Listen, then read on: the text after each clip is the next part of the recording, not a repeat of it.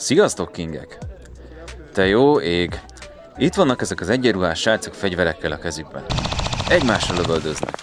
Romos épületek közt rohangálnak. Nagyon vigyázz magadra, fiam, lányom, kedvesem! Ha lehet, inkább el sem menj airsoftozni, mert ez aztán tényleg egy nagyon veszélyes dolog. Tegye fel a kezét, aki hallott, látott már ehhez hasonló véleményeket, mióta airsoftozik. Félreértés ne essék, senkinek a szeretteit nem akarom véletlenül sem megbántani. Valójában teljesen érthetők ezek a kommentek azoktól, akik soha nem voltak airsoft játékon, mert ez az egész sport első blikre tényleg furcsának, veszélyesnek tűnik. Ezt a videót azért csináltam most, hogy elmondjam nektek, ha minden biztonsági szabályt betartotok, és kellően körültekintőek vagytok, rövid idő alatt rájöhettek, hogy az airsoft egy olyan sport, amely ijesztő látványelemei ellenére körülbelül annyira kockázatos, mintha elmennél nehezebb terepre túrázni. Fontos még egyszer hangsúlyozni, akkor van ez így, ha minden biztonsági szabályt betartasz. Önmagában tehát az airsoft, mint sport, abszolút nem teljesen veszélytelen. Igazából alapvetően két dolog van, ami, ha nem vigyázol, kárt tud benned okozni, a fegyver és a pálya. Ó, szép volt! Hit! Nem is értem. Bármilyen hihetetlenül is hangzik, szerintem igazából az első a kevésbé veszélyes. A Magyarországon engedélyezett airsoft fegyverek, pontosabban airsoft replikák, alapvetően 1 és 3,3 joule torkolati energiájú lőfegyver imitációk, melyek általában 0,2 és 0,5 g közötti súlyú 6 mm-es műanyag lövedékeket, úgynevezett BB-ket lőnek ki. Mindez azt jelenti, hogy ezek az eszközök bár csípnek, fájnak valóban, rendeltetésszerű használat mellett a legtöbb helyen nem tudnak benned komoly kárt tenni, eltekintve egy-két olyan testrészedről, amely kifejezetten sérülékeny. Minden szervező, minden játékon legelőször azt fogja neked elmondani, hogy kötelező jelleggel viselj szemüveget. Egész pontosan olyan védőszemüveget, amely megfelelő szemvédelmi paraméterekkel rendelkezik ahhoz, hogy a fent említett lövedékek becsapódását el tudja hárítani.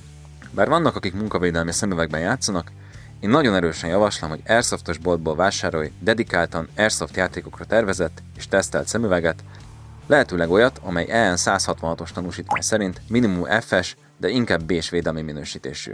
Ezt látni fogod a szemüvegre nyomtatva, és általában online boltokban a szemüveg leírása mellett is.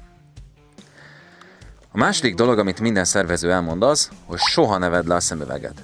Még akkor sem, ha éppen nem vagy még csak a közelében sem a harci érintkezésnek. Akkor se vedd le a párásodsz, akkor se, ha már nagyon kényelmetlen és nyomja az orradat. Mindennek egyetlen oka van, az airsoft fegyverekből kilőtt BB-k igazából egyedül a szemedet tudják komolyan és visszafordíthatatlanul károsítani, jelenleg ugyanis az orvostudomány nem elég fejlett ahhoz, hogy egy kilőtt szemet pótolni tudjon. A másik testrészed, amiben komoly károkat tud okozni egy airsoftos BB, a fogad. Ez persze pótolható, helyrehozható, és talán nem okoz akkora bajt, mintha a látásod sérül, de szerintem érdemes felhúzni akkor is egy 3000 forintos védőmaszkot ahelyett, hogy ennek 10-20-szorosát kifizetett fogputlásra, ha netán kilövik. Különösen érdemes erre figyelni épületben, közelharcban, kicsi pályákon. Tudom, a rácsos maszk nem mutat olyan jól a fotókon, videókon, de a jó hírem az, hogy van már olyan bolt is, amely árul teljes fejet takaró operátor maszkot, beépített szájvédővel. Többször is láttam már olyat, hogy valakinek kilőtték épületharcban a fogát, higgyétek el, nem kellemes dolog. Emellett én nagyon ajánlok még egy teljes kezet takaró védőkesztyűt is. Közelharcban könnyen előfordulhat, hogy pár méterről találat éri a kezedet, ahogy mondjuk célra tartod a fegyveredet, ez kifejezetten kellemetlen tud lenni, ha mondjuk az egyik új percedet viszik el. Kezdő koromban jártam úgy, hogy majdnem fél évig nem tudtam rendesen behajlítani a mutatóujjamat, azóta mindig viselek teljes kezet takaró védőkesztyűt. Még két dolog van, amit én sem mindig hordok, de hasznos tud lenni. Az egyik egy térdvédő, vagy inkább egy kényelmesebb beépített térdvédővel rendelkező nadrág. Ez főleg betonos pályákon lehet hasznos, ahol nem árthat, ha nem vered szét a térded azzal, hogy néhányszor legugolsz. A másik hasznos eszköz a sisak, nem kell acél vagy kevlár, a célnak megfelel egy 4000 forintos műanyag M88 vagy Mitch replika is. Ez abban segíthet, hogy ne verd be túlságosan a fejed egy ajtófélfába, egy alacsony hídba vagy egy lépcsőfordulóba. Na most, beszéljünk arról, ami szerintem a fegyvereknél egy fokkal talán nagyobb veszélyforrás lehet, magukról az airsoft pályákról. Magyarországon rengeteg airsoft pálya van, sok közülük romos laktanyák vagy ipari létesítmények területén található. Mivel ezek többnyire régi, romos, elhagyott objektumok, előfordulhat, hogy az épületek strukturális stabilitása néhol valóban hagy maga után némi kívánnivalót. Az viszont egyáltalán nem igaz, hogy állandó életveszélyben vagy, ha beteszed a lábad egy airsoft pályára. A legtöbb Airsoft játékot bejegyzett vállalkozások, sportegyesületek szervezik, a pályákat pedig vállalatoktól, ritkább esetben magánszemélyektől bérlik, vagyis ezek a játékok jól bejárt magánterületen zajlanak. Tehát nem az van, hogy csak úgy random bemegyünk lövöldözni valami elhagyott épületbe a város szélén, a pályatulajdonosok sokszor maguk is jelen vannak a játékon, az eligazítás során pedig a szervezők mindig elmondják részletesen a pályák biztonsági szabályait. Ezért is nagyon fontos, hogy mindig figyelj az eligazításon, még akkor is, ha többször voltál már az adott pályán, mert sokszor előfordul, hogy olyan dolgot hallasz a biztonsági szabályokról, ami újdonság és a testi épségedre nézve hasznos információ lehet. A legtöbb szervező egyébként nem engedi, hogy felmászz épületek tetejére vagy kimegy mély szakadékok szélére, az omlásveszélyes épületeket pedig általában lezárják. A pályatulajdonosok pedig általában sokat tesznek azért, hogy csökkentsék a balesetveszélyes területeket, a gödrök elfedésével, kiálló fémrudak leszedésével, szögek kiszedésével. Sok olyan szervező is van, aki mentőápolót is meghív a játékra, hogy legyen kéznél segítség, ha netán mégis baj történik. Ettől függetlenül te magad is tehetsz azért, hogy véletlenül se érjen baleset.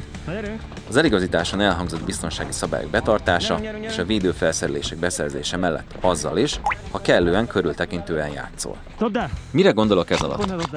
Például többször is láttam, hogy vannak lelkes játékosok, akik egyszerűen túlságosan komolyan vesznek egy-egy Airsoft csatát, akár saját testi épségük kockáztatásával is meg akarnak nyerni egy adott ütközetet.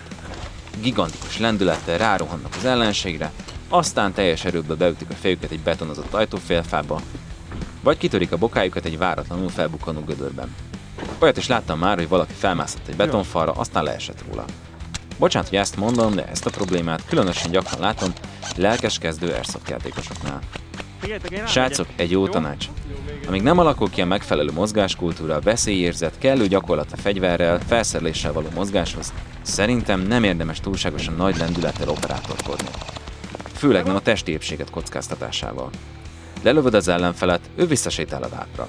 Aztán újra éled és megy visszajátszani.